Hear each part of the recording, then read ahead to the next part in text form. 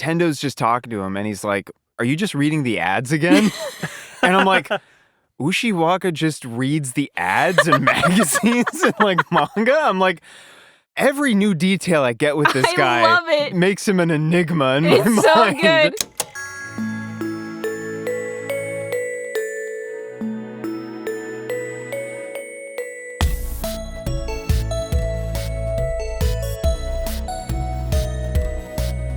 Welcome back to Nostalgia Club, the show where we talk about books and TV shows that we are nostalgic for and sometimes still love to this day. Sometimes. Today is a great example of that because we're talking about Haikyuu. Woo! Again, part 3. Part If 3. you haven't listened to part 1 and part 2, that's fine. It's Haikyuu. You can jump on in. Yeah. Welcome aboard. Yeah, welcome. My name is Victoria and I'm joined by my 2 co-hosts, Jino. And Michael. and today we are here to talk about the epic highs and lows of high school volleyball. Once again. Once again. Do you guys know this quote? Nope. Okay, I keep making this reference to Jino and Michael, and they don't get it. So I realize I have to explain it on this one. We just stare placidly at you like, yeah. So basically, there's this quote from the show Riverdale, which I have not seen. But there's a Mm. quote where, what's his name? Archie? The redhead guy? Sure. He says, "That means you haven't known the triumphs and defeats, the epic highs and lows of high school football." Okay, that rings a bell. Yeah, I don't know the context of it. I just saw it one day in a vacuum where someone said the epic highs and lows of high school volleyball. And I was like, you're so right. Haikyuu is about the epic highs and epic lows of high school volleyball. And oh Unironically. boy, are they epic. Yeah. So today we're talking about seasons 3 and 4, including 2 OVAs in the middle of seasons 3 and 4. Now, Victoria, what does OVA stand for? Because I'm not sure. OVA stands for, I believe, original video animation. I believe that's the case. Yeah. And in anime Stands terms, for original volleyball animation. in the context of anime, OVAs are usually standalone episodes or maybe like 1 or 2 in a series that covers maybe like a side arc that they didn't get a chance to cover in the main season. When you're writing a manga, you can do whatever you want. You can be like, and now we will cut to 50 chapters of this other thing that's happening. Kenma going to the store. Yeah. Which ramen will he choose? So- Ramen. Thank you to the listener who reminded me that these OVAs existed and that we should watch them because in this case, they actually introduce characters that are in season 4, but in season 4, they don't like formally introduce them. They're just there. So if you guys hadn't watched the 2 OVAs, you would have been a little bit confused. I have an admission. Did you not watch them? I watched them after season that's fine. 4. I then also you- have an admission. I also watched them after Oh. season 4. And I was incredibly confused. Yeah. I didn't think I was confused, and then I realized after the fact that I was confused all along. All along. Because I thought that one guy who gets beaten, you know, the guy who's like... Daisho, the snake guy. Yeah, the Yeah. snake guy, Orochimaru Light. I thought at first, I was like, oh, just some new character who seems to know, oh, he's probably a volleyball player. Yeah. I wonder if he's like Yeah, one you of guys the had better no teams. context. I wonder if, they're going to face him later on, but he's being introduced now. No, he lost immediately. I know Yeah. we're jumping ahead, but I love that his gimmick is, I cheat. I actually have so many thoughts about this character, and we will get into it. But I guess just initial quick vibes about season 3 and 4. It's a lot of volleyball. I recognize we're not going to do like a full plot summary because that would be a lot. But just your initial impressions of seasons 3 and 4 compared to 1 and 2, perhaps, or just in general what you thought about it. There's an animation style change in season 4 that a lot of people talk about. So I was curious about your thoughts about that. Yeah, let me know. In the comments below. Okay, animation style change. I got over it pretty quick. Mhm. I You were warned. I was warned. Yeah. I sort of binged 3 and 4 all in a row. So I guess like the first thing that threw me off was that the voice actor sounded a little different, which is fine. But that kept throwing me off. I also noticed that, actually, I didn't notice it as much until after you said it, and then I started paying more attention. At first, I was like, oh, Hinata sounds a little bit different. And then when you said that Suga sounds different too, I was like, oh, yeah, he does. I think part of it is the characterization of the characters does change slightly in this season 4 because it's a new animation studio. And I think they chose to highlight different moments. Like I did see some people commenting that for Suga in particular, he's less of the like all wise older classmate. Yeah, he's goofy. He's more but he is like that in the manga. He's just a generally like chaotic character, and you get more of that in season 4 that you don't get in earlier seasons. I see. In earlier seasons, he's like, "Hi, I'm Suga. I'm so nice." I mean, he is still nice and like very caring towards his underclassmen, but in season 4, he gets to be like, "Guys, we're playing volleyball." Yeah. Get it together. The main voice actor who did change though is Ukai's voice actor, because he actually passed away in the middle of season 3, which we will talk about. Obviously, this wasn't planned because he died very suddenly, unfortunately. But his last line of the whole series is like kind of crazy, like in context of like what it means for the series, and like that being his final line for the show. So we'll talk about it.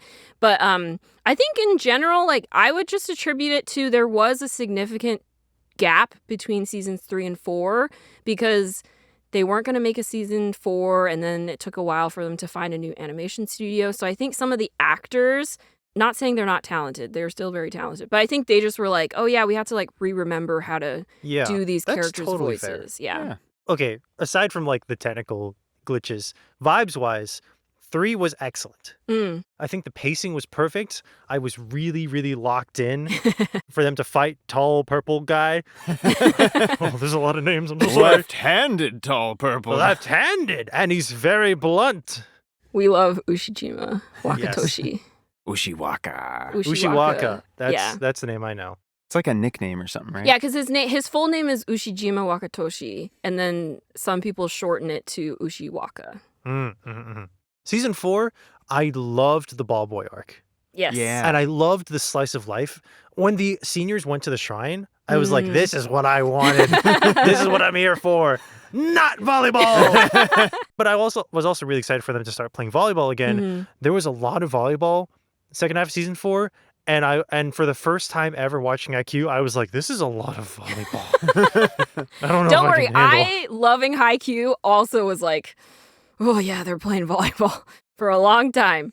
When you have one game that's a full season, not a full season, like half a season or whatever, you're able to insert more drama over a longer period of time, just like the nature of it. But when you have like a game, I think you sacrifice some of that like tension through pacing and you lose a little bit of the anticipation, which is fine. If I was watching this week to week, I think I would be like edge of my seat, super hyped. But because I was binging it, I sort of got overloaded with volleyball. That being said, still had a great time. Love watching the ball go up and down. Also, it was really satisfying to see Hinata's arc culminating of him becoming a defender. Yeah. That was awesome. That was great. It's one of my favorite things about season 4, for sure. Yes. Yeah. They keep... Man. They keep playing volleyball. Well, no, that's the thing, right? Because, like, even though season 4 had more volleyball in it, more matches, that ultimately climactic match that takes the majority of the season is the kind of thing where it's like, yeah, it's a lot long, a lot of volleyball, and even more so, I think, than the one against Shiratorizawa, right, in season 3. It's like the more time you spend, somehow, the more they find to explore with every single character and all of the different moments and beats. There's so much back and forth with who has the initiative, both just physically as well as like team morale. So that like by the end, when Hinata is doing something like paying off a plant, a setup that they set up right at the beginning of the season that you didn't realize was a plant at the time, and just like lobs the ball just a little slower in the air, and they really like sell that moment. You're like, whoa, my hair's blowing back and I can feel the whole like weight of like this entire season looping back around in on itself, and the termination point is Hinata has grown. And I'm like, not physically. No. But on the inside. As a player, as a person. Yeah. As a funny anime boy. I love it when Victoria asks us what we think, and then she sits there with this expression. What is the I expression? think the expression is, you I'm like just what so I like. excited. Yeah. It's a combination of like, wow, like they're having a great time, and Mainly because it doesn't stop here, guys. yeah, The they amount make of more plants seasons and of TV, payoffs- right? I thought Yeah. this was the last season. I thought it ends is in the the middle last- of the tournament. No, there's a movie afterwards, and hopefully more movies, and maybe another. I really want another season. So far, we have one confirmed movie and one confirmed OVA. Mm.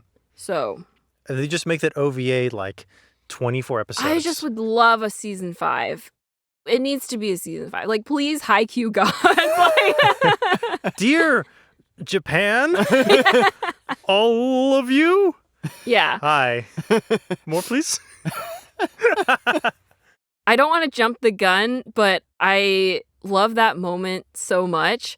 And quickly prefacing, like, when we watched Haikyuu seasons 1 and 2 and talked about it for the show, I've like watched those seasons so many times. Season 3 I've also watched quite a bit, but I realized season 4, I think this was my second time rewatching. Wow. Yeah. I watched it while it was coming out and then just didn't have a chance to go back and watch it. I think I just had like the most nostalgia for seasons 1 through 3. So I was like, I just want to keep rewatching 1 through 3 and not really rewatch season 4. But there are definitely moments in season 4 that I would keep rewatching, like on clips on YouTube. Specifically, like the moment where like Hinata makes his first good receive, and then the moment where he like lobs the ball in the air and like gives them a moment to breathe. And every time I watch it, I like get emotional because I'm like, oh my God, like he's doing the thing. But when I was watching season 4, like from start to finish, just like in the moment, first of all, like even though I know Karasuno is going to win, I was like, dang, like it's hard for them to win. Yeah. Like, the second set is like the worst they've lost in a long time. Mhm. Like, you're not used to seeing the numbers of like, it was like 25-16, It was which bad. is brutal. Like, even like when they fought like Seijo in season 1, it was like, okay, like they were really close. Like, they were in a deuce for a while and they just won by like a little bit. But with Inarizaki in season 4, you're like, are they gonna do it? Uh-oh. Yeah, you're like, oh, this is bad. And then they like bring in the whole like stamina game of like everyone's exhausted now. Like Karasuno's never played to this level for this long. Mhm. Like this is like day 2 of the tournament. They've already played a bunch of games that were like difficult in their own right. So it's exhausting. And so when I was watching like that moment and then like you get really invested in the game, you're like, okay, things are like moving so fast. You're on the edge of your seat. The moment where he lobs the ball in the air and everyone gets a chance to breathe, I also Yeah. took a breath. I was like, oh my gosh. Because I had only watched that scene like by itself. I'd forgotten all the context. So like unlike the Tsukki moment in season 3 that I've like watched a million times now, I'm always like, I know it's coming. Like I'm waiting for it. But this one I was like, oh yeah, it's happening now. And it's like the perfect moment. Like I literally needed that break too, to be reminded of like, it's okay, take it easy. Mhm. And that's why that moment hits so hard because you're just like in it with the characters. So I'm really glad that you guys picked up on these things. Yes. Something I loved about season 4 in particular was that, and I think I was talking to you a bit about it, Victoria, some time ago, but like this is the season when you have Karasuno and all these other schools that have their like their roster with their set lineup and combinations of team members and like tricks.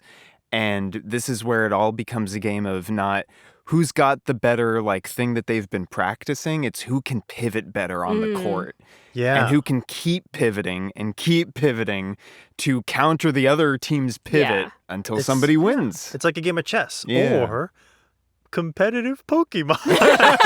I'm just because like you only get a certain amount of subs, right? Yeah. And you can only take a certain number of timeouts, and they have to rotate. And so it's sort of like it in is Pokemon. like Pokemon. Yeah, like you throw out your fire and then throw out a water, so you throw out a grass, so they throw out a flying, so you throw out like you just keep going back and forth. And at a certain point, you're like, one of us has to stop and try to set something up. Yeah. And like, and where am I going to stop to give us the best chance? Mhm. And I've just wrecked the game of Pokemon because I don't know what I'm talking about.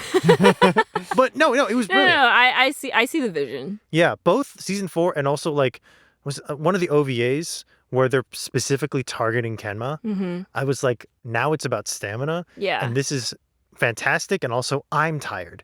Just like you, Victoria. Like Michael said, like it's not just like about who's a better player objectively. Yeah. It's like, what are all the tools that not only you, but like your coach has at their disposal? Like, I really like how they highlight how the coaches are also keyed in on like helping them pivot, like reminding them like, hey, like this is happening. Here's what we're going to do. Keeping them from panicking. We get like other characters who may not be like regular players, but have their own specific contributions to the team as well. And it's all volleyball, man. Yeah. Also, at the end of the day, it's all volleyball. It's all about the game. Yeah. I was also so excited to finally get battles between fans, battles from Yeah. the cheer squads. Mm. I was sort of waiting for that. Yeah. And we got a little bit of it in I think 3 when the vice principal shows up and starts waving his hairdo. But in 4 when they bring out the whole like taiko drum team versus the like full brass section on the other side. Yeah. I was like, Orchestra. yeah. Weirdly, I totally thought that moment with the taiko drums happened in season 3. So I like Yeah. kept waiting for it. I was like, when are I they going to also show kept up? waiting for it because I also thought it happened in season 3 because you told me. Yeah, because I misremembered.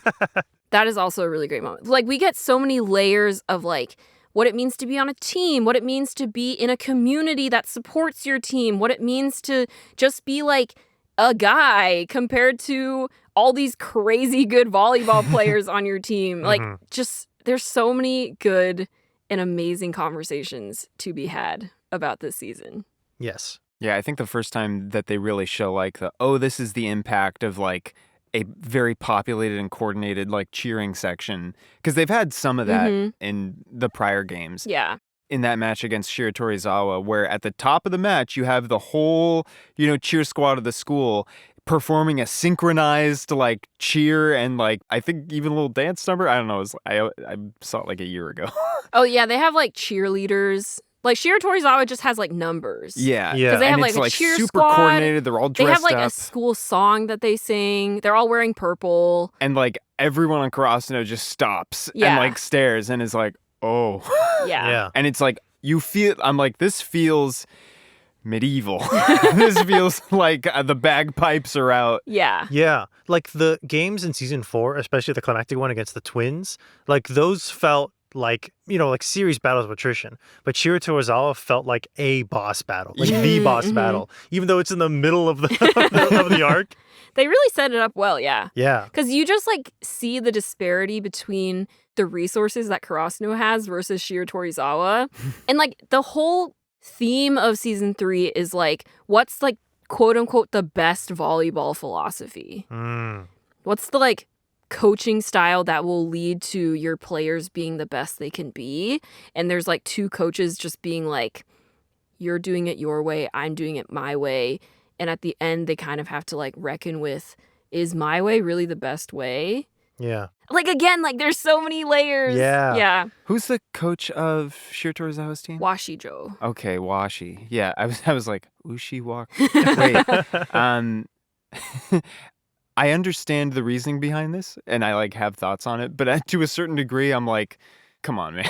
Yeah, he because his is, philosophy is, I just choose really tall and strong players. I don't know what the problem is, and I'm like, he's got baggage. Yeah. His baggage is like, I wanted to be a volleyball player, but I was always too short, and so I'm just gonna like hard pivot to all short players are like beneath my concern. It prompts interesting But he circumstance. has an arc. He does.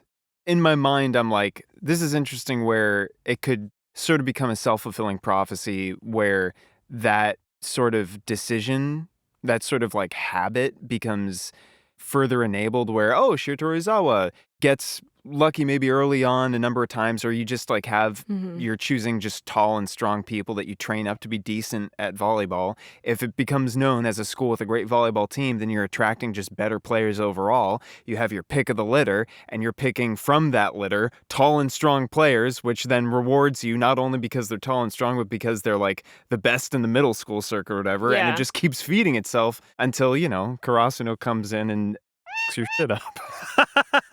And then you sit down and you think about your entire life and you wonder, what was the point? What was the point of it all? Why is he at my camp? I'm going to make him ball boy. Okay, quick plot summary before we get too ahead of ourselves. Can you specifically remind us who they fight? Yeah. So I'm assuming if you're listening to this, you probably have watched or know enough that you can follow along. So I won't get into the nitty gritty details of these All are the the plot. minute plot points that happen. Or you're here for the vibes. Yeah. So season That's 3 true. is the finals of the qualifying rounds for the spring tournament. So basically, like, Karasuno is from Miyagi, and all the high schools in Miyagi compete to see who gets to go to nationals. So Karasuno wants to go to nationals. They're up against Shiratorizawa, who has gone to nationals countless times. Like, for them, they're like, it's kind of a given. They don't go to the qualifiers to think about if they're going to go, you know? Yeah. So they go up against Shiratorizawa. The title of the anime is Battle of Concepts because you have these two concepts of like these two very different schools going up against each other. You have Shiratorizawa, which is like an elite, like feeder school. Like they have middle schoolers who play volleyball and then they go to high school and then get to keep playing volleyball. Mhm. Whereas like Karasuno is like, we started playing volleyball a year ago. Like they just have like people who are kind of interested in volleyball, just want to try out the sport, you know, like a range of people. And so very different. Karasuno's mainly like young and scrappy, and they're just like pivoting to like do whatever they can just to like get one point after another. Shiratorizawa is just a powerhouse, so they're just like slamming through point after point. Their captain and ace player is Ushiwaka, who is left-handed, so they have to like learn how to contend with that because usually when you like block, you favor the right side because most spikers are right-handed. We get a lot of good character arcs, like Tsukki learns how to love volleyball. Yeah. We'll talk about this a lot, so I'm gonna breeze past it, but top tier Tsukki moment Great. in this season. We get a lot of like focus on the third years at Karasuno because this has been their goal for a long time. We even meet some of their old classmates, like alumni from Karasuno who come to watch. And it's really great. And at the end, Karasuno wins. It's like a huge upset for Shiratorizawa. Their whole school is like, how did this happen? Yeah. And Karasuno is so happy. And they're going to nationals, guys. And it does something. One of the other reasons why I think season 3 is more intense than season 4, Yeah. just generally, is because in season 3, all the characters are like, Karasuno's going to lose. Mm-hmm. But season 4, all the characters are like, oh my God, they beat Shiratorizawa. Yeah. Yeah. We got to take them seriously. Yeah. Just the energy is a huge difference. Yeah. Other teams are now taking Karasuno more seriously. They're like, okay, maybe it was a fluke that they beat Shiratorizawa, but like they're so established that it's really hard to justify that. So we really got to like approach this in a different way. It is like an open question, sort of, because there's like an interaction where they're like, that's something that they're here. Yeah. And they haven't been here in a long time. And then another character asks, like, would you have rather faced Shiratorizawa? Yeah. And the first character's like, nah. Yeah. But devil you know versus devil you don't. Yeah. Mm-hmm. Briefly, in between seasons 3 and 4, we get the qualifiers for Tokyo. 2 episodes that focus on the matches between Nekoma and 2 other teams. Yeah. They face like a snake team. I'm just going to refer to them as like the snake The team. snake team. And they play Fukurodani, which is the other kind of like focus team that we get. Fukurodani is the owl team. They have Bokudo and Akashi, who are the main characters you really need to know. And Bokudo is like one of the top players in like the country. When he feels good. His whole arc, so his funny. whole arc is Bokudo plays really, really good until he gets in his head. Yeah. And then he's like, And then he it all falls overthinks. apart. Yeah, which honestly, It's so relatable. funny. Like, I forgot how to hit the ball. And everyone's like, what do you mean you forgot? And he's like, I don't know. It's been working out. So I just keep doing that. But now I don't know how to do anything else. And they're like, you idiot. What is it? Is it his team captain who like has to basically spend... Akashi is the setter. The setter. Okay, Yeah. yes. It's his poor setter who has to spend like at least 50% of his brain power per match just trying to keep Bokudo like in a good mood. Yeah. Normally you play mind games with the other team. Yeah. But He has to plays play mind games with Bokudo. I'm like, Yeah. oh, that's exhausting. It's really funny. Which again, like, I think it's funny that you guys didn't watch this before you watched season 4 because it happens again in season 4. Yeah. He like randomly crashes out, and if you didn't know that he just does this, you're probably like, what? Anyway, so this is our first time that we have a match between two teams that we generally care about, Yeah. which is like Fukurodani and Nekoma. But Fukurodani is a powerhouse school as well. Nekoma hasn't been to nationals in many years, actually. But the unique thing about this year is there's actually 3 spots. I didn't pick up on that. I I had to Google very it because I was confused. confused as well. I was like, why do 3 of them get to go? Oh, yeah. The first matchup is Nekoma versus Fukurodani. Fukurodani wins. Then Nekoma plays the snake team. Fukurodani plays the other team. I don't even remember who they are. But they're both going to nationals. It's just deciding like who's first seed and who's second seed. That's what I thought was happening, but I couldn't tell like which tournament they were playing at or like Yeah. when the order was. It is a little bit But confusing. that clarifies so much. Yeah, but so it's like at nationals, every year, like each district gets to send a certain number of teams. Tokyo gets 2 because they're just a bigger like Because it's prefecture. Tokyo. Yeah, it's Tokyo. But because Tokyo is hosting nationals this year, they get a 3rd team. So that's like the special privilege of being the host city. So That's obviously, nice. like the creator was like, I want Nekoma to go to nationals, but I still want Nekoma to also play Fukurodani.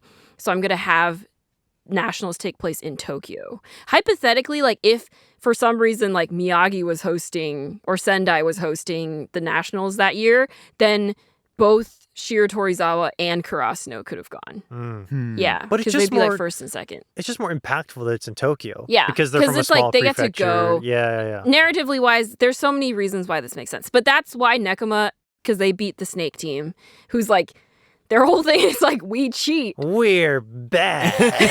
Win at It's not any even like cost. they're not like bribing people, but they sort of like hide things from the refs, and then the refs like happen to like rule in their favor, and that's how they like get away with stuff that normally would be like called foul or whatever. So the only character that's important to know from the snake team is Daisho, who's the captain of the snake team. And he's also a 3rd year, so after, that's like his last game. And then he shows up in season 4 as like a commentator with his on-again, off-again girlfriend. And I love their dynamic is so funny to me. I watched the OVA second. Yeah. So at first I was like, oh, it's some guy with his girlfriend. Oh, it seems like he plays volleyball and she kind of knows stuff too, Yeah. but doesn't seem like a player herself. Are they friends? I think they're dating. But then when I watched the OVA, it's like, yeah, he loses the match. Yeah, And then he gets a girl. He's like one of the only characters in Haikyuu that canonically has a girlfriend, which I think is really funny. it's like he just didn't want volleyball hard enough. Yeah. Because if he wanted it hard enough, Yeah. then it would have been his everything. That's how you get into a relationship. You just be a little scummy. You cheat at sport. No, the reason why I love their dynamic is because like Mika, who's the girlfriend, she supports his volleyball career, but she's also not afraid to like make fun of him. And Oh, he's that like, was it. he keeps trying to be like, I'm like a serious volleyball player. And then like, she'll like ask him a question about like, oh, like how do, I don't know, for example, like player rotations work. And then he'll like go on like a long rant about how like player rotations work and how you can take advantage of it. And then she's just like looking at him like, I got you. Because he like turns into like, he just starts like rambling. He gets like really into it. Like, it's like his eyes change. He's no longer like, I'm weird and like scummy. He's like, I love volleyball and this is so cool. And then he'll like catch himself and be like, I mean, just something I do. And Whatever. she's like, no, I like it when you talk about volleyball. I like hearing you talk about. I just love their dynamic. It's nice because And that this is continues. This is like a slight spoiler for later in the manga, but I'm just gonna bring it up because it's not really plot relevant. But there's like a moment where like his girlfriend leaves to like buy merch or something, And then he's like talking to another team and he's like, you guys lost and like I'm better than you or whatever. And then they're like, okay, we're taking this picture, we're sending it to your girlfriend. He's like, no, please don't. Because I was trying to remember, like, why does she get back with him after he loses his match or something? Like, why? What was her explanation? And it was like, oh, it's implied that she broke up with him because she was like, you're spending too much time playing with this volleyball sport. And then she's like, oh, I get it now. I get, like, yeah. Yeah. Mm-hmm. She's basically us. She's just like us for real. She's like, oh, it's just volleyball. What's the big deal? And you watch and you're like, no. The epic highs and lows. Okay, so those are the OVAs. Briefly in season 4, Karasuno goes to nationals. We also get to see a bit of like Nekoma and Fukurodani's matches with their teams. Ball boy. Oh, yes, sorry. Whoa, I'm jumping ahead. At the beginning of season 4, Kageyama gets invited to the all-youth Japan national training camp, which is basically like The best of the they best. train you so that eventually you can go to the Olympics. Yeah. And like play for the national Japan team. Yeah. So it's a huge deal. It's huge that Kageyama got invited. Hinata is so jealous. He's like, oh my God. It also doesn't help that Kageyama literally looks down at him with the biggest eating grin and is like, I'll go ahead. he said, I'll go ahead. But what it sounded like was, eat it. Yeah. Basically, yeah. So Kageyama gets to go to the all-youth Sorry, I'm training cursing camp. a lot. in No, this. it's okay. Meanwhile, another person has also been invited to a training camp. And it's not Hinata, it's Tsukki. He gets invited because he's tall. He gets invited to Shiratorizawa's like first year boot camp, basically, for like promising first year players. Mm-hmm. They're like trying to pay it forward. Like, we're a big school with a lot of resources. We want to invite a bunch of players from other schools in the prefecture to also train with like our facilities. Again, Hinata is so mad. And so what he does is he goes anyway. He shows up and Tsuki's like, I'm going to kill you. This stressed me out a little bit. I was like, Hinata, what do you think will happen when you show up? And he's just like, I'll get to do it. I'm like, Hinata, no. There was plenty of this anime, just even back to season 1, where I was just like annoyed with Hinata because I was like, you gotta calm down, man. I'm getting like, I have the power of God and anime on my side vibes from you all the time. But over time, and certainly through this coming Ball Boy arc, I was like, I can't stay mad at you. Yeah. You're just so authentic. And also, his arc in season 4 arguably could be described as he calms down a little bit. Yeah. It's true. The arc of season 4, like the tension is A, like will Karasuno get to play Nekoma at the end? Mm-hmm. And B, Hinata learning how to add other things to his tool belt that isn't just like big cool moment of spiking a ball. Mm-hmm. Which is really important because it's like being a volleyball player is not just about getting to be the hero all the time. It's like the routine and the discipline of like honing all of your skills. So anyways, he shows up. Obviously, the coach is like, you can't be part of this training camp. You weren't invited. Coach Ukai and like Takeda sensei are like yelling at him over the phone. But he's like, I really, really want to stay. So Coach Washijo says, okay, well, we need a ball boy. So you can do that. The kind of like slightly bad thing is like they don't stay at training camp.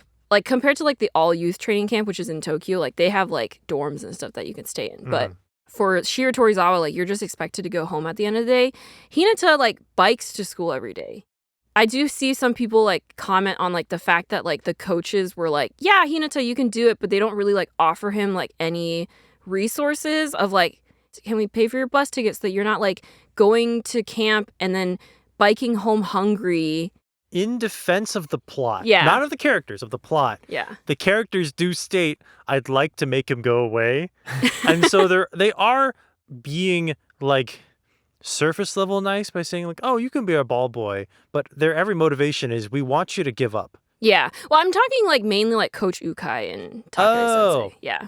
Though, like, the adults who, like, in defense care of about the characters, they could be like, this isn't officially mandated. Like, there's maybe I'm legal sure there's, stuff like, they could get reasons, into but if they don't. Or just not even legal stuff. They could be like, we don't want to incentivize other students to do this kind of Yeah. thing. That's true. Or like, we can't financially support you. Yeah. I work in a gas station That's true. or whatever it is. They or are Little doing Marts. their best as Yeah. coaches.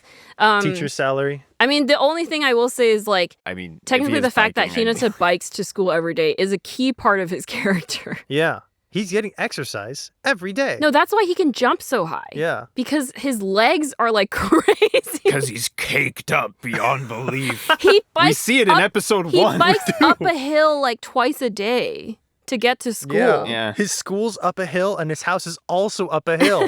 He's going uphill the entire time. He lives in a weird liminal space where he's always biking uphill. Yeah, we do only see. That's true. We only see a bike.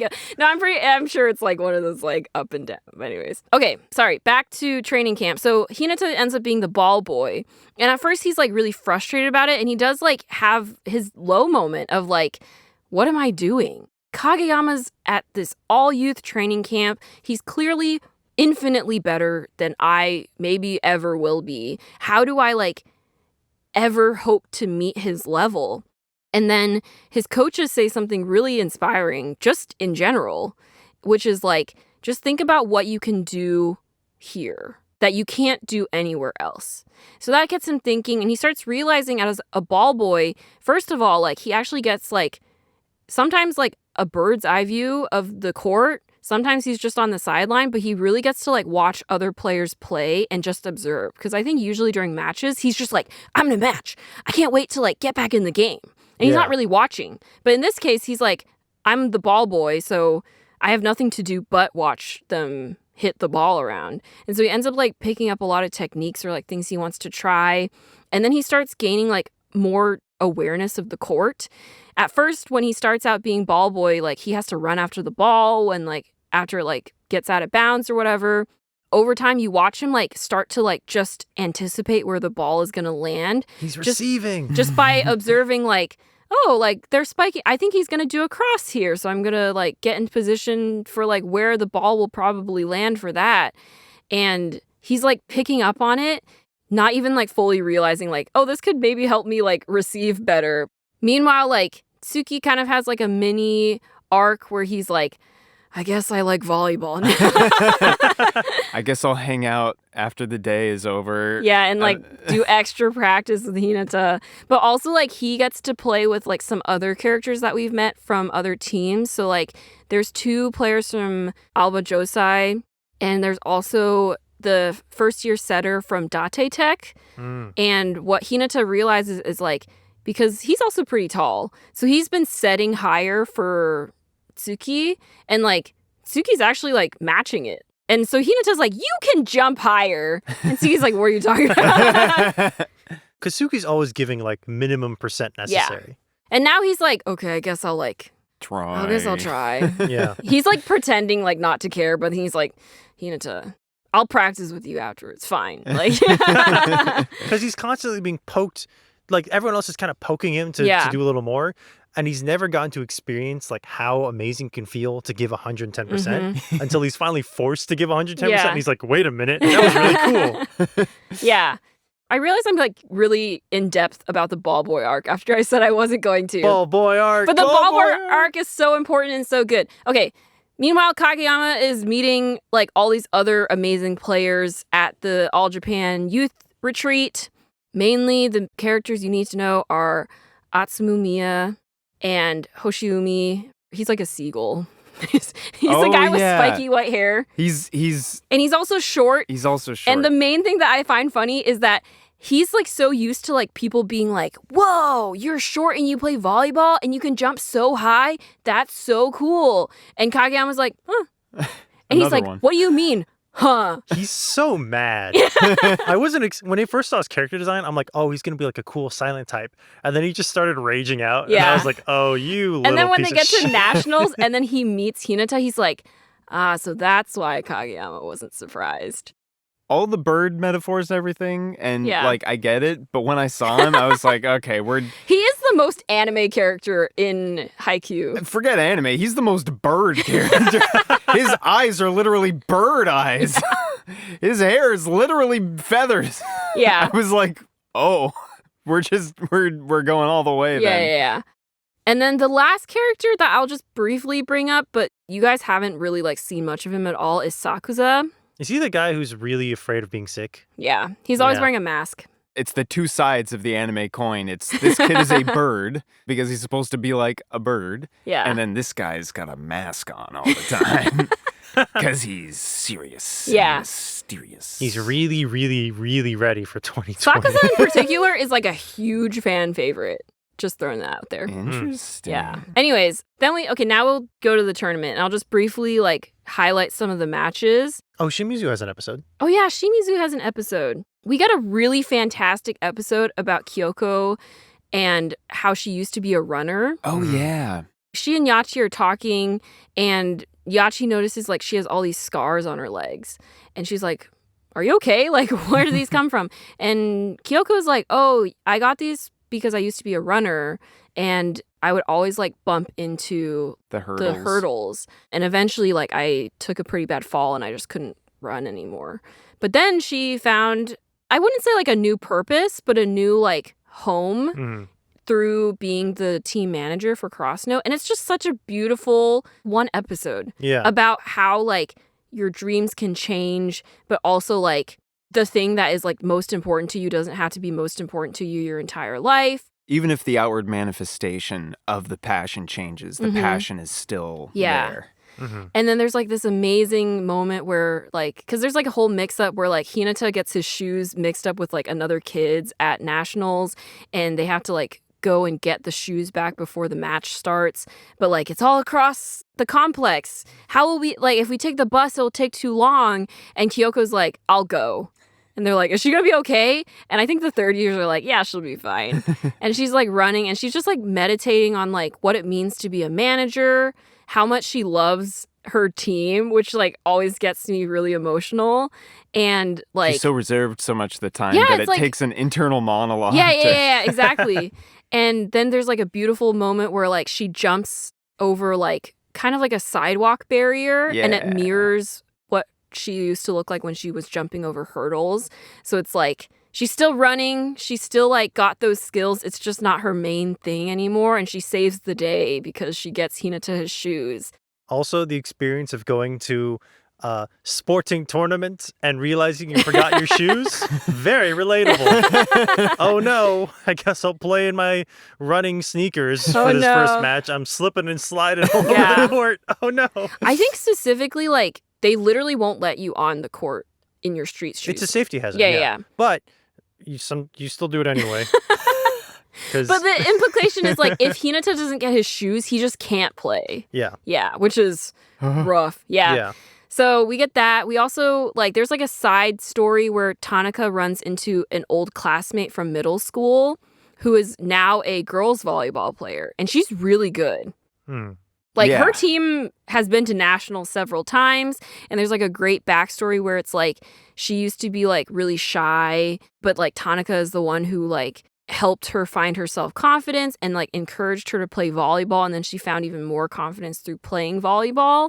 And so that was really nice. And then there's like kind of like a dangling thread of like she wants to tell Tanaka, or she wants to like ask Tanaka out. There's like a romantic comedy Yeah. style, like will they, won't they? Yeah, and then he's like, "I'm sorry, I like someone else," and he runs away. And that's kind of Oh, yeah. Huh? yeah, and that's kind of it. Fumbled. Yeah, I know. Fumbled. I'm calling it now. Hey, he's really dedicated to Kyoko. Yeah, even though Kyoko and Yachi.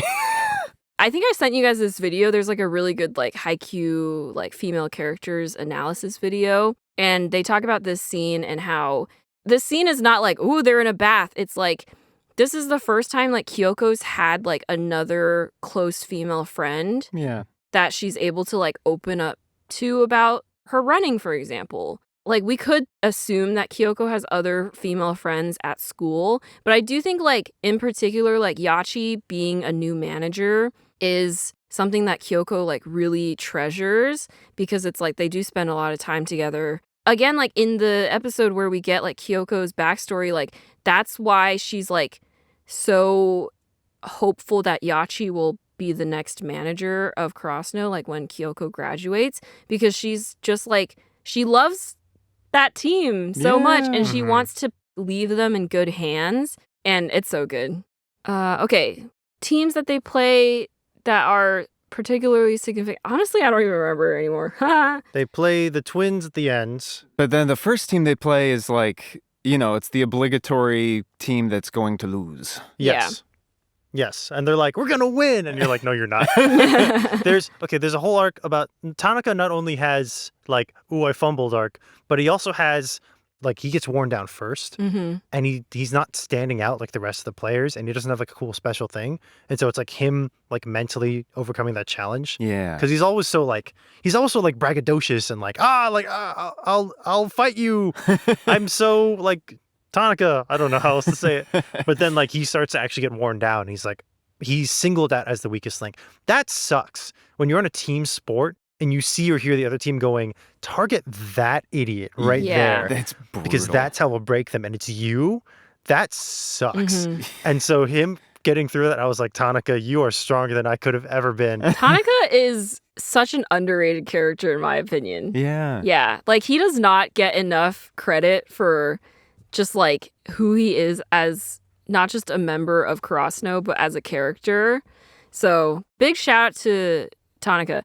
I guess, like, technically speaking, like, in this season, Kurosno only plays 2 teams. But it feels like so much. But because we get, like, other teams' games. So it's like, Kurosno plays Tsubakihara, and then they play Inarizaki. Mm-hmm. And then we also get a game where Nekoma plays, I'm just going to call them the monkey team, because that's their thing. Yeah. But interestingly, their coach is a former Nekoma player. So he's like, hello, old coach. I'm here to challenge your new team with my team. And that's the one that we were referring to where they specifically target Kenma. I know all your secrets, old man. Yeah. But then Kenma, like, Uno reverses them. And he's like, I was actually playing mind games with you the whole time. Kenma with his, like, 5D chess. Yeah. It tricks me every time. I'm like, oh, Kenma's gone through it. And then Kenma's Basically, like, actually. Kenma is like, can you guys, like, receive poorly so that we can, like, lure them into a false sense of security? And then they'll start just, like, following me around. And that's how we'll get them. And you're like, dude, what? But he's self-sacrificing, too. Yeah. Because he really is exhausted. Yeah. But he's like, this is is there what a we way have we to do. can win without me exhausting myself? And they're like, No. no. And he's like, technically there is a way, but it's less fun, so I want to do it this way. And you're like, okay, Kenma. I love that arc so much. Because we get to see, like, Kenma and Kuro as kids. Yeah. And it's great. His backstory of getting into volleyball, being an athlete, and, like, having a kind of explosive or, like, a tense relationship and an explosive sort of dynamic with another player. With Yamamoto. I love this arc. Yeah. Can I admit something? Yeah, I found the Kenma flashback episodes kind of boring. that's fair. It's okay. I just mainly, like, I love Yamamoto's character, like, in relation with Kenma. Like, the whole, like, what does it mean to have guts conversation? And then he's just like, I know that you don't think of yourself as, like, being particularly brave or having guts, but I see you and I see that you always see things through to the end. Like, you might be running at the end of the pack and technically you could just stop. Like, no one's gonna hold you accountable if you just stop in the middle and go home. Yeah. But he was like, no, you still ran that last mile. You still, like, finished those reps. Mm-hmm. And I just love that. Like, I love that it's like when Kuro gets Kenma into volleyball, he's like, I want you to have friends. And, like, Kuro is a year older than Kenma, so he's going to graduate. And so I think part of it is also, like, I hope that you have a strong group of friends when I graduate. And he's just like, yeah, you're making friends. Yeah. And these people are going to be your ride or die even when I'm not here. I found the messaging and the character work really great. It's Yeah. just like the pacing was so dramatically different than what was happening before. Because it also cuts in the middle of Kurosno's match with Inarizaki. Yeah. And also, Kenma as a character is really interesting in relation to other characters because of just, like, his demeanor and his, like, worldview. But when it's just Kenma by himself, he's so, like, low energy. And I also felt myself becoming low energy too. Yeah, that's fair. Like, he's sleepy, I'm sleepy, we're all sleepy. But still good character. Still one of my It's good favorites. stuff. Yeah. Okay, lastly, Kurosno plays Inarizaki. And there's a lot of interesting characters in this team. Like we talked about, they have like a huge band that's their cheer squad. So then Tanaka's sister shows up with her taiko drum team to like combat them, which is awesome. Like the main thing is like they specifically, have like a routine that they do whenever Atsumu serves. And then they also boo people, which is just rude. That, I hated that. When I played high school sports, sometimes you would get other teams who would boo you, and that's annoyed me so much. But here's the thing, it can backfire. Yeah. If the other team's crowd is being especially annoying and your team is able to take it, it can just fire them up. Yeah. To the point where like the other crowd's antics will make your team better out of pure spite. Yeah. And then it's so satisfying when you win. Yeah. And when you lose, you can still be like, you guys are rude.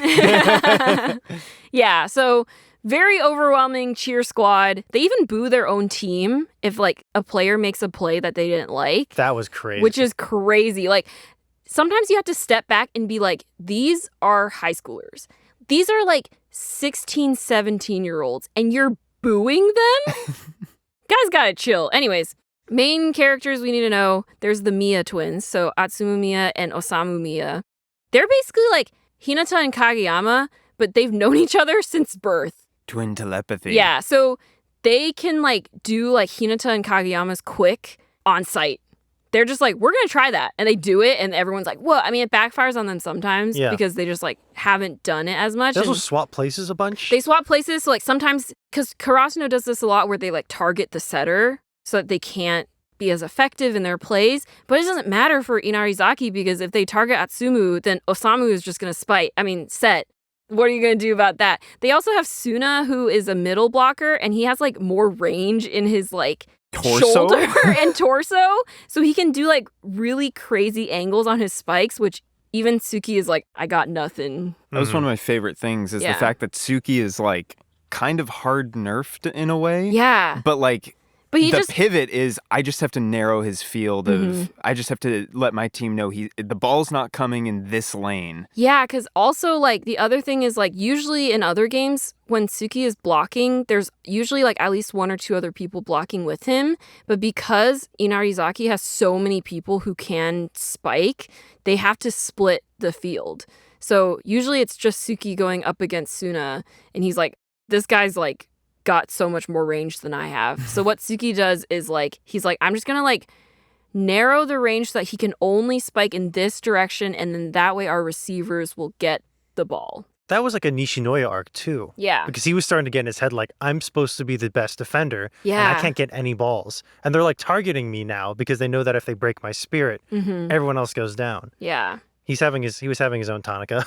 Yeah. No, Nishinoya's arc is also, because it's true that like you spend the whole season or like all 3 seasons of Haikyuu being like, Nishinoya is awesome. Yeah. He can do anything. And then you're like, oh no. Atsumu's gotten like 10 points off of him. Woof. 2 other characters. There's Aran, who's the ace of the team. And he's just like powerful. Yeah, he's just good. He's just really good. He's also like normal man to the twins, like Yeah, insanity. yeah. He's like standing there with like a smile and a thumbs up, and the twins are like in the background, like Yeah. trying to kill each other. He's like, just ignore them, please. Yeah. And then lastly, there's the team captain, Kita, who is not a regular. He mostly is a bench warmer, actually, and he sits on the sidelines. But when he gets put in, it's because he knows business, and everyone's a little bit scared. It's mainly like they put him in when like the twins and like other players start like getting out of hand, having too much fun, like just like trying whatever, like not even being like strategic about their plays, just being like, I'm doing this because it's fun. Yeah. And then Kita shows up and they're like, never mind. Sorry, sir. Yes, sir. Yeah. He's disciplinarian. He is so interesting. He is interesting. He didn't even have a jersey until this year. And he's team captain, which is like, tells you a lot about who he is as a person. But his whole thing is like, he likes the repetition, and his philosophy is like, results will come from like doing your due diligence. And this is a theme that carries on throughout the rest of Haikyuu, really. So he's like patience personified. Yeah. And there's like no way to rattle him because what Karasuno ends up trying to do against Inarizaki is they try to like make them panic. Oh, they're like, we'll shut down Iran because he's usually like their big point maker. And if he can't score points, that's going to really hit their morale. Mm-hmm. And that's how they'll like make sloppier plays, sloppier receives, whatever. Kita is like, I don't care. Basically, his philosophy is like, if I've done it in practice, I can do it in the game. Which is so powerful. Yeah. Because the pressure, also when you have your crazy cheering squad too. Yeah. Yeah. Really, really fascinating team to play against. Mm-hmm. And also, they just frustrated me so much. I was like, please stop. Please calm down. They're a lot. The whole, like, when, I don't remember which twin is which, but when he... The blonde-haired is Atsumu, he's the setter, and then Osamu is the gray-haired one. Yeah. When Osamu does the thing where he, like, puts a hand up and then makes a fist to stop That's the cheering Atsumu. squad. Atsumu? Yeah. That, so yeah, it's cool, but they kept reusing the shot because, like, saving budget. Dude, but he's so, like, when he does that, I'm also like, dude, you're, like, 16. Yeah. It's not that serious. It was effective because I was like, please stop. You're annoying me now. I also do like the music. That it gave me Imperial March vibes. Yeah. Yeah. A lot of trumpets in season 4. Yeah. Because I think the twins theme is also trumpets. Mm-hmm. So, okay, where do we even go from here? I guess, like, while we're talking about the twins, when we first meet Atsumu, he reminds you of Kageyama, because Kageyama, like, early on in the series is like, if the spiker can't hit my set, then you're bad. Yeah. And Atsumu kind of has, like, a similar philosophy, but he, like, gets away with it more, and you're kind of like, how does he get away with it? Like, how is his team okay with it? And then when you get his backstory, you realize it's because his twin brother is there to beat him up if he, like, gets too out of line. It does kind of mirror Kageyama and Hinata's relationship, where, like, until Kageyama met Hinata, like, no one was willing to stand up to him and just, like, call him out on stuff and be willing to, like, fight him for something, but, like, with sort of, like, a mutual care and understanding of, like, I'm doing this because, like, I want us to keep being friends and playing together. But Kageyama didn't have that for most of his life. Atsumu's had that, like, since birth. And so it is really interesting to, like, see, like, technically, like, Atsumu and Kageyama are similar in a lot of ways, but just based on, like, the ways that they grew up, they became really different people. Atsumu's also just way goofier. Yeah. In general. Mm-hmm. Kageyama, anytime he, like, they can't make him smile Yeah. for anything. And when they're like, be personable Yeah. to other people. And then they're like, don't be personable. It's weird coming from you. Just play volleyball. Yeah. I also love Inarizaki's motto. team Yeah, motto. we don't need the memories. Goes hard. It goes hard. Very dramatic. But also, I feel like it backfires. Yeah. Like, uh-oh. Yeah. We could have used some of those memories. We're going to need them now. In general, it's, like, really interesting to think about, like, don't think about, like, the mistakes of the past. Just focus on what you're doing now. Yeah. I think season 4 has the most, like, golden nuggets of, like, philosophical truths that I think about a lot. Yeah. Speaking of philosophical nuggets, what was that last line that Kochukai's voice actor said Oh, yeah. before So he passed? his last line is in, I think it's, like, the third to last episode of season 3. And it's where Karasuno's kind of at their lowest in their fight with Shiratorizawa, and they're kind of getting down on themselves because it just feels like the other team is just too strong. It's the one he yells, where he, like, stands up and he yells, like, volleyball is a game where you're always looking up. And that's his last line. Wow. Yeah. And so for the soundtrack for season 3, they put that at the top of the album. Yeah. I honestly forgot about it until I rewatched it, and I was like, oh yeah, that was his last line. Man. When they make the show, they don't record all the lines at once. Yeah. It's a Oh, interesting. Yeah, it's a progression. Which is why, like, he had recorded up till that episode and then he passed away. I see. Okay. Yeah. Yeah. But what a impactful last line.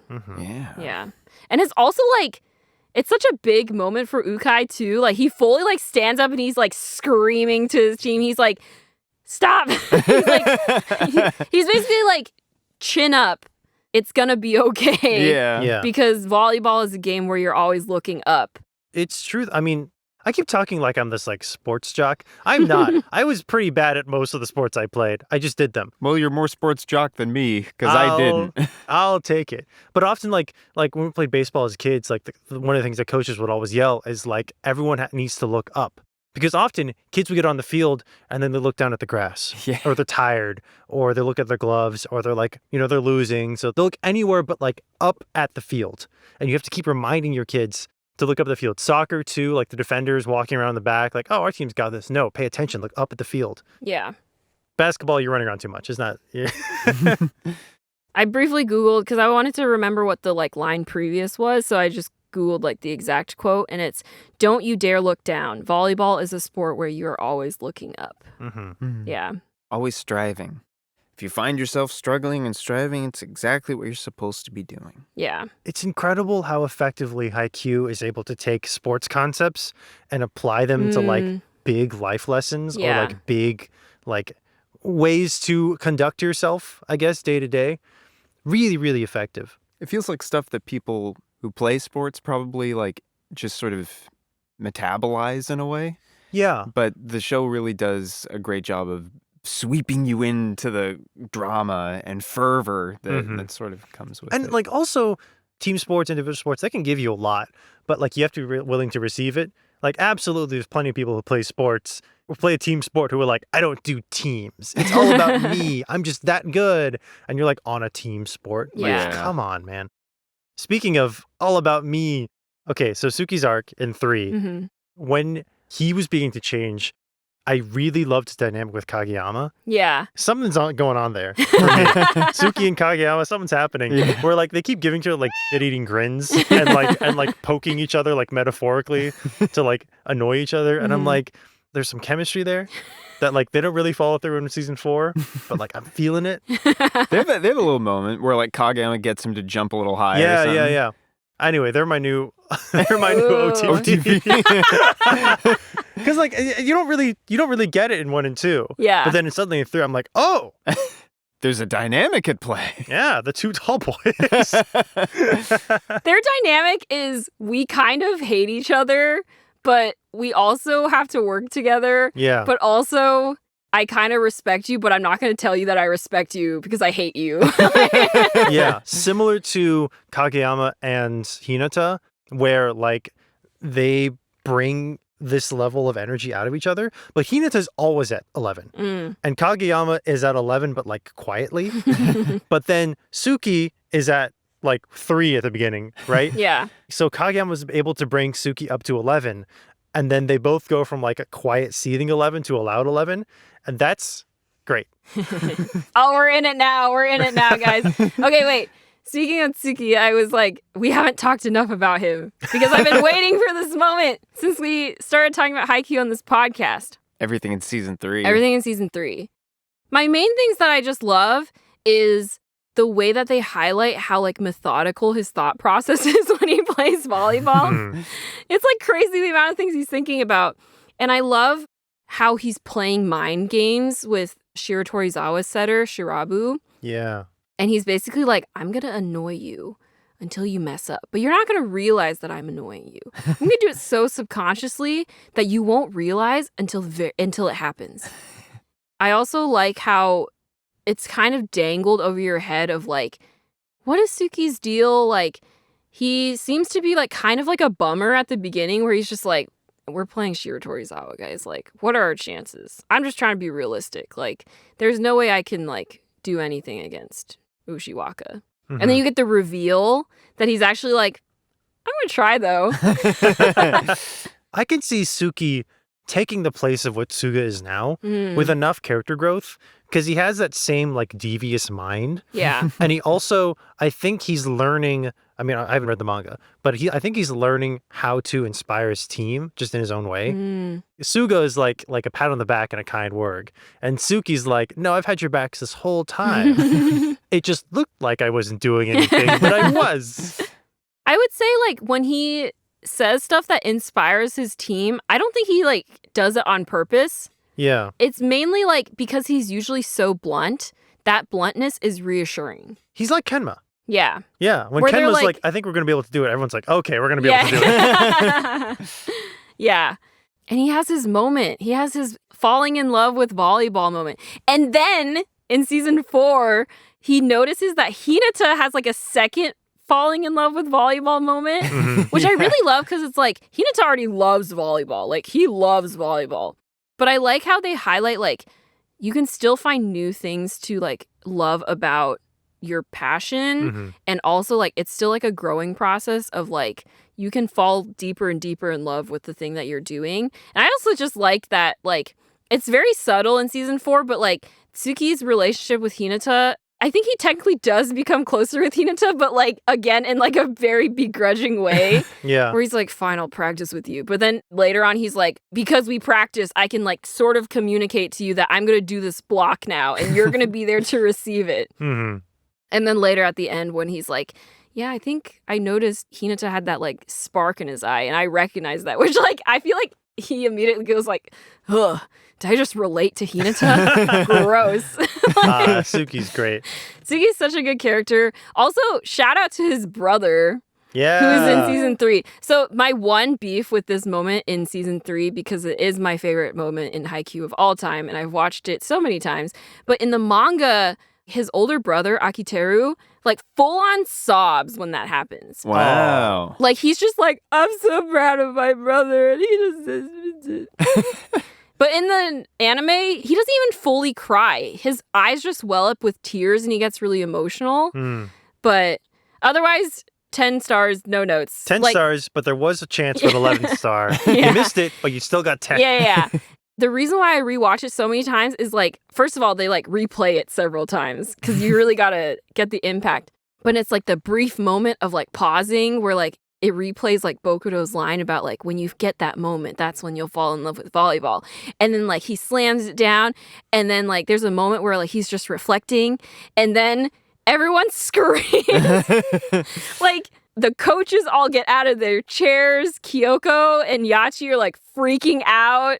Everyone's just like losing their minds. And I love it. It's so great. good. It's so good. That position. Yeah. Freaking leaning back with the triumphant balled fists. Yeah. Yeah. Dramatic so like good. backlighting or what have you. I love Tsukki. Yeah. Jino finally, even though he knew it was coming. Yeah, I have the I have context now. context. I keep getting recommended like volleyball and Haikyuu stuff now, like across my social media. So it's really hard to avoid spoilers. Ooh, yeah, seen it's dangerous. I've seen an image of the movie. Now, so now that I know that they're playing Nekoma, which I could have You guessed at a certain probably point, guessed, yeah. but I've seen. Okay, so we get a lot of sides of Kenma from the OVAs in the 2 seasons, even though he's not there the whole time. Oh, I think I know what you're talking about. Yeah, it's like him with like a. I'm gonna spoil a little bit. Hey, it's like him with a cage and like Hinata's in a cage, and he looks like demented. And so I saw that like while I was watching, and I was like, oh, okay, this must be like the movie. And so I was watching Kenma really closely, like, when's he gonna get demented? And he never really does, but he kind of gets a little like sadistic. There's like hints of it in season 4 where like there's potential. You guys are not ready for the movie. I feel like for Kenma in the movie. I feel like Hinata's gonna bring something out of him, and he's gonna like snap and then like try to kill Hinata. Dude, it's crazy. Oh man, I'm excited. Crazy. I'm excited. Okay, wait. Okay. There is. I am queued up for something, an interesting And development. Then they kiss. No, I'm kidding. Well, no, that would be crazy. Can you imagine if I was just like hiding the fact that like they just kiss in the movie? Hey, listen, that'd be in pretty the middle of the match. Everyone's like, oh. But no, the fact that like after the match with Inarizaki ends, that everyone's like, yeah, everyone expects Karasuno to wipe the floor with Nekoma. But you know they're not. You know that it's gonna take some turns. Yeah. And I'm like, I don't know, other stories would take this whole like fated rivals thing or whatever in terms of teams and like have like, all right, they're pretty evenly matched. What's it gonna be? Or their rival's just a little bit better. They're pretty good, so it's gonna be an uphill battle. But this is like totally the opposite. It's like, oh, our heroes, everyone expects them to wipe the floor with their rival. And I'm like, what? Uh-oh. Narratively, narratively, I know they're gonna pull the rug on me probably a few times. Yeah. So what's it's be? it's fascinating because Nekoma starts so far above Karasuno. Mhm. Yeah. And then Karasuno just like punches through the roof. Yeah. But Nekoma struggles at every turn yeah. during all the games we see. And so it really does feel like Karasuno is going to wipe the floor with them. And I know they're not because of the cage. Oh, it's a bird cage. I get it now. Oh, total tangent. Yeah. But the change in the episode breaks Oh yeah. with the little birds. And the little I don't cats. like it. I don't like it. They are Really? very cute, but I miss the like practice Yeah. volleyball stuff. That's true. I liked it more when they started adding cats and owls. Yeah. But when it was just, when it was just when it was birds just at the bird- first. yeah, when it's just Hinata and Kageyama flying up and down. And I they was have like, the come foxes on. later for And the foxes later. Inarizaki. I thought I started noticing like a pattern where those breaks would be foreshadowing.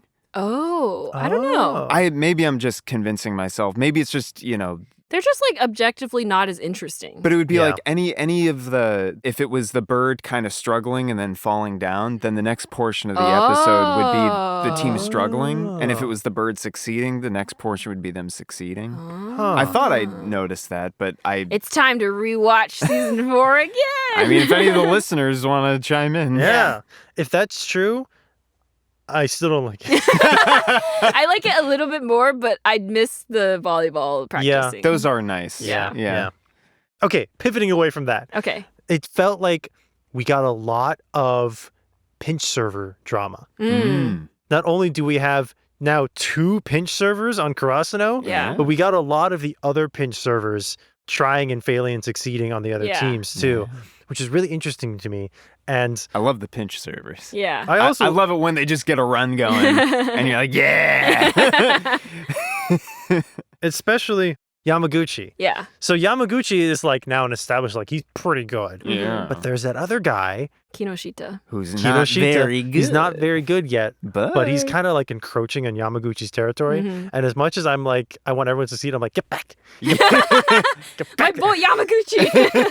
Yamaguchi has a great moment where he always like focuses on one point to like focus his serves, but because they're in like a new arena, which is just like a running theme in like early tournament stuff in season 4, where like they're like, oh shoot, this is a big arena the that we've ball never can played go a in. lot higher They than go a we lot expect. higher. The lights are a lot brighter. Everything is just a lot more overwhelming. Like again, like you get the sense, which I think is just really great. It's like Karasuno, like skill wise, are like already pretty decent, but like there's just environmental factors that you don't Yeah. think about. So then like Yamaguchi like starts panicking because he's like, I don't have my like grounding point to. Then his mentor with the bag. And then his mentor runs up with the Shimada Mart bag and like holds it up. And it's like, And I want to reread the manga because I feel like I remember that moment having more buildup or like something in the manga. But I could just be making this up at this point. well, maybe it resonated with you such that you That's felt true because the- when I read it because like now I expect it. Like as soon as I see him start panicking, I'm like, oh, it's gonna be the moment where like he sees the bag. But I remember when I read it, I think I was like, oh my gosh, like it really like impacted me. I think of like just like his mentor subconsciously knowing like, oh shoot, he's panicking because he doesn't have his grounding point that I taught him, and he's like, I'm gonna run for it. Yeah. And that's like his hero moment of like, I'm saving the day. It was great. Everyone around him is like, what are you doing? Yeah. But yes, like other pinch servers get moments too. Yeah. I just love seeing those because they're just like young guys, right? Yeah. They're just like, we got some day jobs, but it's like, but we love volleyball and we've got these like, despite initially having no like connection to any of this, we're like friends with Ukai or whatever. We Yeah. play on the community team, but like now we've got mentees, we've got like invested. students, Yeah. and we're like, we're so Yeah. invested in like, I gotta run up and show them the bag. If they win, I win. Yeah. Yeah. But like This- in my heart, I win. I've bet on the results of this match. Yeah. I'm using the prediction apps and no, I'm kidding. But I found it really interesting whenever an enemy pincher would come up and then with the booing, the crowd booing, like instantly fail and Yeah. then walk away. I'm like, to me, that was completely unexpected Mhm. because you expect like the enemies to send in a pinch server. I keep saying enemy. The other team to send in a pinch server and like, oh, it's going to be a huge thing. Yeah. And then they just whiff it. But then, he comes Mhm. back and you're like, okay, you're going to whiff it again and it doesn't. And you feel a little bit good, but also you want them to lose because... Yeah.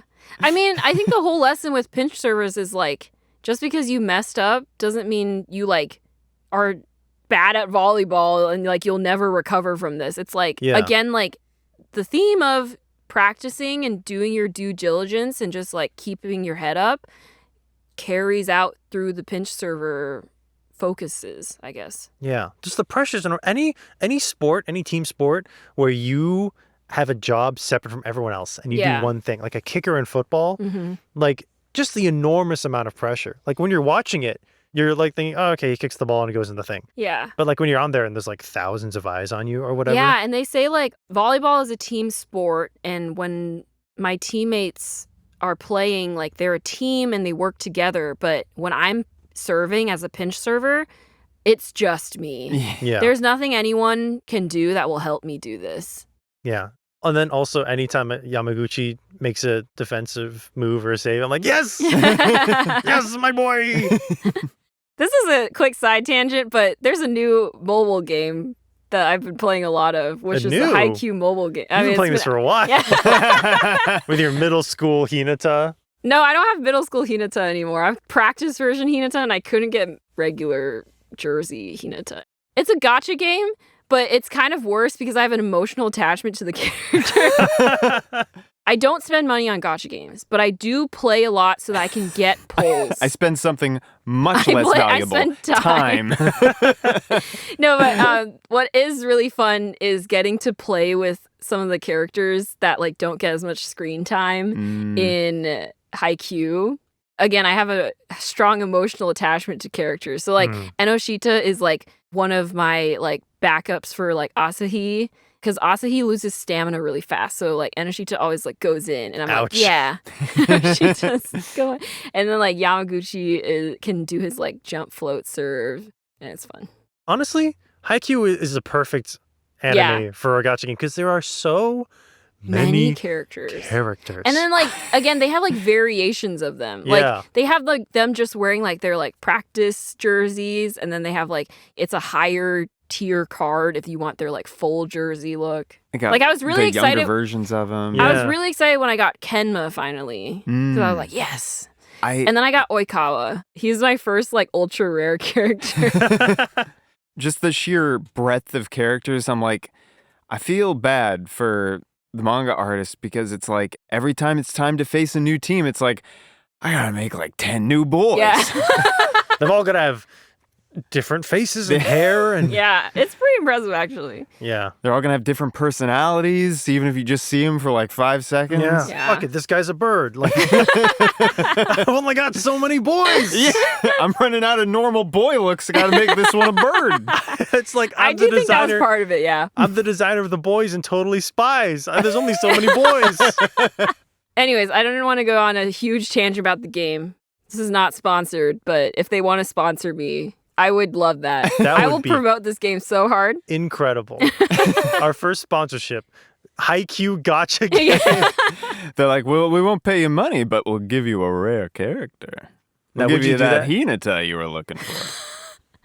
And you'd be like, yes! Hey, if they give me in-game currency, Jino and I are like, and what do we get? And Victoria's like, what are you talking about? I like make like the craziest team, like all ultra rare characters. Yeah. Victoria, you get in-game currency. Michael and Jino, you get a crippling gambling addiction. Oh my gosh. To cycle it back a little bit, Tendo?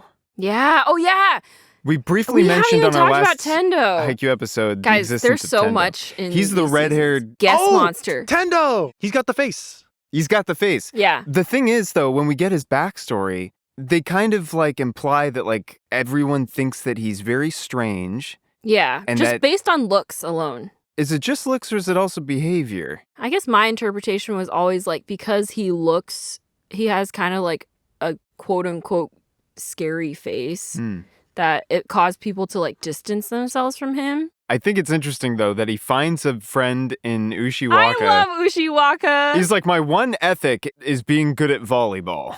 If you are not good at volleyball, then you are dirt. I don't know. I think Ushiwaka is he's like one of my like favorite like other team characters, weirdly. I love how he's just like very blunt. You get what you get with You him. get what you get. And he's just great. And yet there's another layer that we briefly get in, I think, season 4, where are they at the training camp? He's rooming with Tendo. And then Tendo's just talking to him and he's like, I forget the exact conversation, but he's like, when you're done with that manga, give it back. And he's like, are you just reading the ads again? And I'm like, Ushiwaka just reads the ads in magazines and like manga? I'm like, every new detail I get with this guy love it. makes him an enigma in my mind. It's so good. Ushiwaka has never seen a movie. I think the concept of story eludes him. I think Ushiwaka, after he graduates and he's like no longer, maybe he plays, some like volleyball on the side, community stuff, but it's implied that his parents are like rich or like successful business-wise or whatever. No, his dad is a volleyball coach. Is he? Mm-hmm. Well, never mind. I got the vibe that his like parents were never home because they were just like very involved in business. We don't really get mention of his mom, but his dad is a volleyball coach, and then he's mostly raised by his grandparents. Okay. Yeah, who maybe his grandparents are rich. I don't know. I just feel like Ushiwaka's got a promising future in business. Yeah, he reads to me like he's got no sense of humor, not because he doesn't think things are funny, but because it just doesn't process for him. Yeah. I've been getting a lot of like German humor on my YouTube shorts. That's who I imagine him as. He's like, I will have my bread and cheese. A joke? I don't understand. Funny characters? No, but this product on this page would do very well. And that's why I love him. He's great. I like the look of this sweater. The arms could be a little longer, but the torso is the right length and size. Excellent sweater. And I love that he and Tendo are friends. Yeah. It is a It's nice so pair. good. Especially because Tendo is so wacky. I have so many things I could say, but unfortunately there's spoilers. Really? Tendo spoilers? Yeah. Oh. Tendo and Ushiwaka spoilers. Oh, they sub in during the Nekoma fight, and then it gets crazy.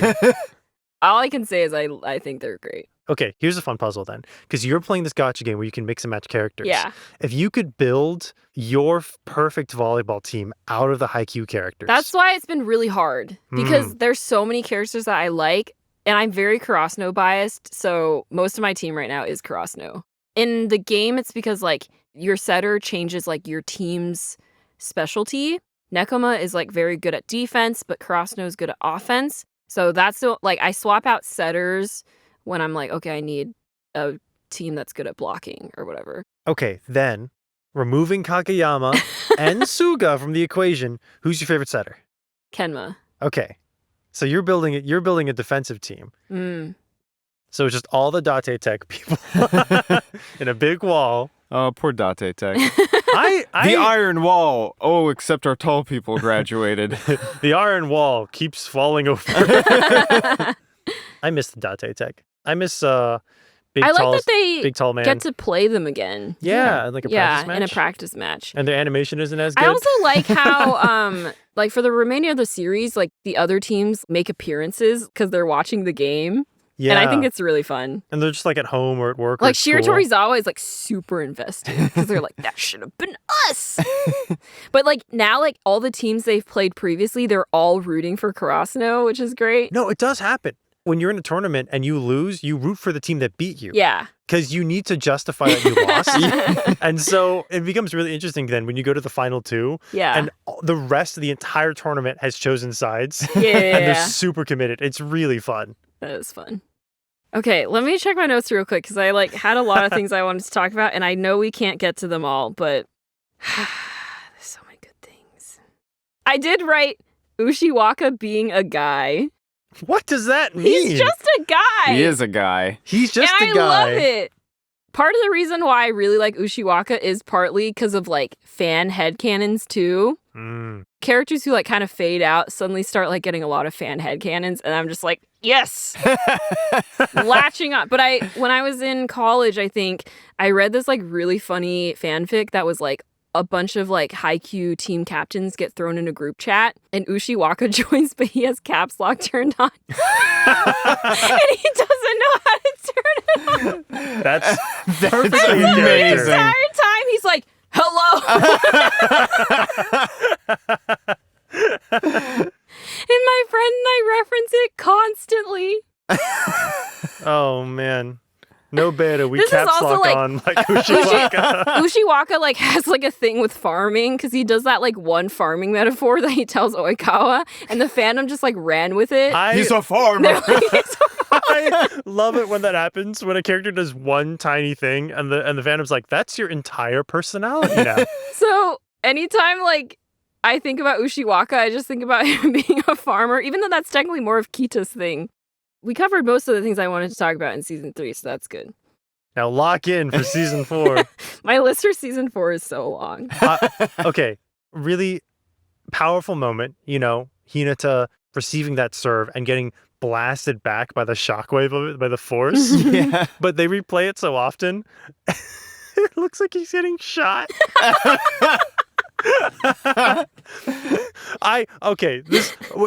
Dear listeners, one of the things that makes me laugh the most is someone getting blasted backwards by some sort of impact or shockwave. I don't know why. This is why the mean old lady getting hit by the car in Madagascar 2 is so funny to me. Is because she just goes flying off screen, and so Hinata getting like a tumbleweed getting kicked, just like cartwheeling backwards off great. screen. It's so funny to me. Also, the moment where like Tsukki like runs off the court and like tries to like go for the ball. I'm like, you care about volleyball. You can't lie. Yeah. You care about this game. Okay. Yeah. I had one more question that I think would be a good one to wrap up with. Okay. But actually, I guess I have 2 questions. Just so we have it on the record, who do you think is going to win nationals? Oh, like the whole thing. Yeah. Okay, who's left? Of the teams we know, it's Nekoma, Fukudani, and Krasno. Okay. And there's like Sakuza's team and Yeah. Hoshiumi's team, so think about that. Here's the thing. I wouldn't put it past the mangaka to have Krasno lose the final game. Yeah. They don't need to win for the message of the story to come across, Of course. which is why this is even a question in the first place in my mind, yeah. because I genuinely don't know. That's why it's so good. It's not Yet it's not Nekoma. you slightly spoiled something for us earlier regarding there being some kind of time skip. But the time scale has nothing to do with I don't who think wins. that's relevant. Okay. Okay, Never mind. I guess it's like if you don't think Krasno wins, how far do you think they get? So you're saying like I think they get to the They get finals. to the finals. Okay. I would I think they not would put have money on them winning the finals, but I think they Mm. get to the finals. I think they beat Nekoma because there has to be another movie, and that'd be kind of. I think it'd be wild for our main team to be knocked out of the tournament, and then there's still more seasons, unless that does happen. But I can't even comprehend how that would work, like storytelling wise. Like, would they just sit and commentate for the rest? Would they play the losers bracket? Like, I don't know. Is there a losers bracket? No, not for this turn. Yeah. So then, So, Just go with your gut. I'm going to say they take it all. I'm going to say they win. Ooh, okay. my instinct is to be like, it's got to be a team we've known for a while, but I think it's going to be Hinata versus Bird Boy. Oh, Hoshiumi. Yeah. And your reaction tells me I'm wrong. I'm keeping my face so blank right now. You will get nothing from me. All right. We'll just have to find out. Now, Hoshiumi's the Seagull Kid. Mm-hmm. And then the other one was Mask Man. Yeah, Sakuza. Sakuza, to me, Sakuza, feels... by the way, is like, I think he's like the second highest ranked player. Definitely like 1 or 2. Okay. Of the Sakuza, top to me, spikers in high school volleyball, I guess. it feels like they're holding him more in reserve than they're holding Seagull Kid? Seagull Maybe. Boy. Yeah. So I'm like, I feel like we're more likely to get Seagull Boy sooner. Yeah. The only reason I think it's Bird Boy is because, like, I think maybe Seagull Kid and Hinata, like, represent opposite philosophies on being, like, a small powerhouse player, maybe. And so maybe that'll be, like, a culminative arc of being, like, Little Giant, like, Yeah. Battle of the Little Giants. Because that's, like, what Hinata wants to be in the first place. Yeah. And I just don't know enough about him or Maskman's team to, like, make any other judgments. That feels like penultimate to me. Yeah. That feels like we're going to have this core thing between Hinata and Bird Boy. Yeah. And, like, I like Bokuto and the rest of his team, but they don't seem like final battle material to me. No. And honestly, Nekoma feels like final battle material, but they're getting this movie, and one of them's got to win, and there's no losers bracket. And again, it's wild to me if Karasuno don't make it all the way to the finals before getting knocked out. So just like process of elimination and then like one guess at the end. It's got to be Seagull Kid's team. That's me. I don't know. Maybe it's a big upset and the punk team that doesn't like playing comes back and wins the tournament. All I will say is, regardless of who wins or loses, you guys are not prepared for how they win or lose. Oh. Yeah. They all break all the bones. They sacrifice Daichi. A duel, a fencing duel. A fencing duel. Yeah. They play soccer. A sport none of them are good at. Yeah. Anyways, I just wanted to briefly get your thoughts because I think it's fun to know things. Ooh, I'm to be wrong. anticipating. Yeah. Okay, last question. Now that you guys have met so many more characters on different teams, I'm just curious if your, let's say, top 5 favorite characters have changed. What were my top 5 favorite? I don't know. I don't know. Maybe what were maybe I your shouldn't top maybe I 5? shouldn't say if they've changed. Just who are your top 5 favorite characters Who are your now? top 30 favorite characters? Well, Well, that's easy. top 5 favorite characters. Oh, beans. Listen, Kenma was on that list before, but that screenshot scared me. Ooh. I could see him crashing out in a way that like makes us go, Yeah. I don't think he will. I think he's still likable after. Okay. Suki's up there. I don't think he's top 3, but he's like 4 or 5 for me. You've convinced me. Yeah. I still really like Suga. I like that he's goofier now. Yeah. And I really liked the seniors going to the shrine. I just really love that episode. It's a really good one. Like the moment where Kyoko is like, we don't need luck to win. Yeah. And they're just like, ah! Like, she's like haloed in light. Yeah. Suga's top closely, especially after this last season, I would say actually closely followed by Kyoko. And then I'm going to say maybe Kochu Kai. Yeah, I Coach just Ukai is really resonate good. Yeah. with him. So that's 3. It's hard to pick people who aren't on Karasuno, Yeah. just because we don't get as much time with them. I was like, would the easier question be like top 5 not in Karasuno? That would be much harder. Yeah. Top Suki 3 is not in number Karasuno? 5 for me, I think. But number 4, I think there's probably one above Suki for me. But I can't quite figure out who that would be. You know who I really appreciate in these 2 seasons is Takeda. Maybe Hinata, actually. Like, he does not get enough credit for how much Karasuno's success is like because he like worked so hard for this team. He was the one who like basically like forced Ukai to become their coach. Takeda's MVP for sure. And he has those nuggets of wisdom. He drops a lot of them. Yeah. It's really good. Very inspiring. Wait, is that their He's the like advisor, Yeah. teacher. Yeah. I was thinking of him The sensei. I can't decide who my number 1 is. But we gotta pick. We're running out of time. So, okay. You know what? I'm bumping it. Tsuki is maybe my 6. Oh. Ooh. And then Yachi is probably 5 and Hinata's 4. So it was Suga, Kyoko, Suga, Kyoko, Ukai. Hinata, Yachi. I think so. My 5 is Suki. My 4 is Yachi. My 3 is Ukai. My 2... it's a toss-up. Okay, I'll skip 1 and 2 for now. Special shout out. I really like Aran. Because I don't like the twins, but he's so likable. He's so calm. I love a character whose emote is basic smiley face and thumbs up. Yeah. I think that's great. He's a great character. 2 is Bokudo because I love how stupid he is, and 1 is Suga. I think that's my wow, my the pick. Bokudo like came out of nowhere. I just like I laughed out loud when he was like, I forgot how to hit the ball. And I'm like, you idiot. We need more himbo representation in True. So true.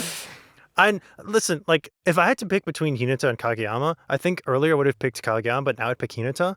So I think Hinata's like a strong number 6. Ball Boy arc is like peak arc to me. Yeah. And then there's something so magical about the fact that when he completes that at the very end, there's no internal monologue with him. It's just the panic of the moment. And then it sort of implies that his battlefield awareness is so concrete now that he just, by pure intuition and understanding, is able to slow the pace for his whole team. It's a huge difference between the end of season 1, where he's like screaming and running and crying around the gym and like climbing onto the second story. He's like a rabid animal in Kageyama. And then flash forward to season 4 where he's calm and he's focused and he's studying and he's still like really intense and really excited to be there. But the growth is so dramatic. Yeah. Like no character, I don't think a single other character grows that much. Mm. Even like Tsukki and Kageyama, like, yeah, they have there's a big difference, but like you can really see it in every single scene with Hinata. He's still not in the top 5, but But it makes you believe in his ability to like progress and get rapidly better. Yeah. Like if this character story is him like going from I want to be on the court as a little giant to like playing pro, playing for Japan or whatever. Like season 4 is like, oh, you can make it now. Like I can see that you can make it. Season 2, I was like, I don't know, Hinata. Gotta calm down. Yeah. Where are you at, Victoria, with favorite characters? Yes, list. Oh, my list has always been the same. Well, it's been like 2 years Remind us. since I heard. It's Tsukki, Hinata, Suga, and then 4 and 5. Actually, I guess I haven't thought about 4 and 5 in a while. Yeah, I thought we just did top 3. We did top 3. Yeah. Bokuto twice. He's I so like Kenma dumb. a lot. Kenma. And just on this recent rewatch, I was just kind of like, Kita's pretty cool. He's a pretty interesting character. He unnerved me. Deeply unnerved me. He unnerved Karasuno too. Yeah, because I really depend on Tsukki and Suga like unnerving the other team. So Yeah. the fact that they couldn't, I was like, this is not fair. Yeah. Get nervous, dork. Yeah. You can't make me choose a 5th.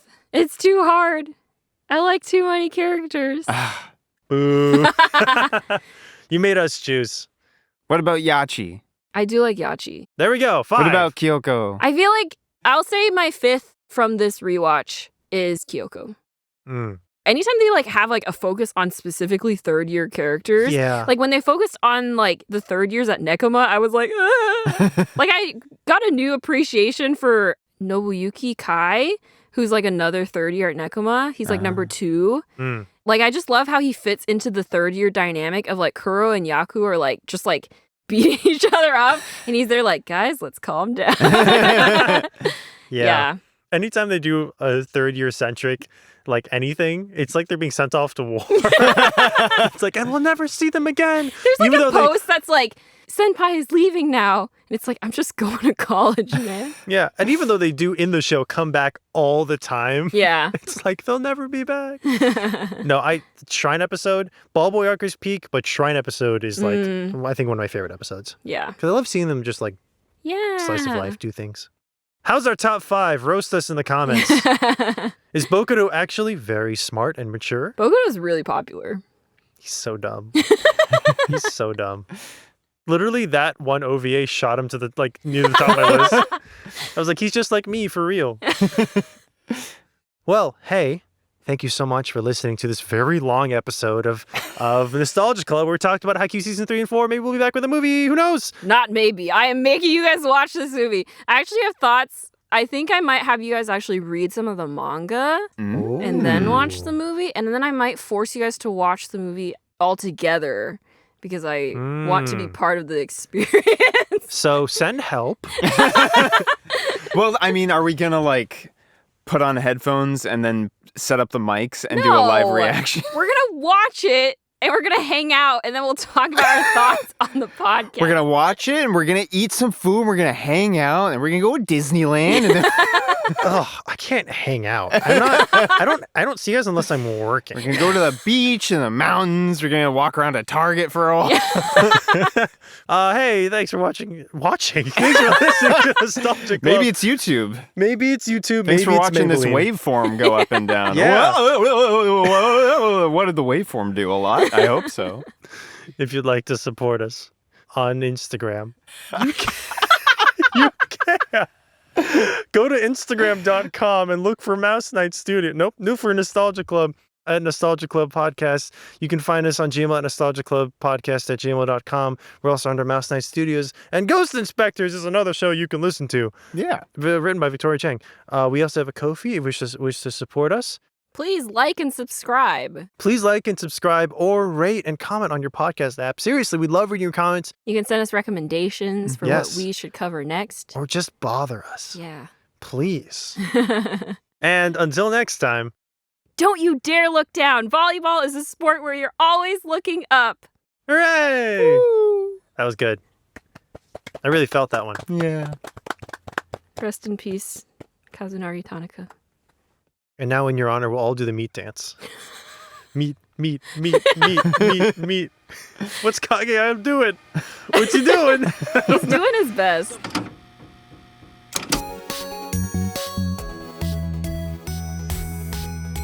I wish we had made a conscious mention of the fact that Victoria has a small Hinata. Oh, yeah. Hey, cut this in. Victoria has a small Hinata on her shoulder. He's so small, and I hold him in my hands. Go far, little guy.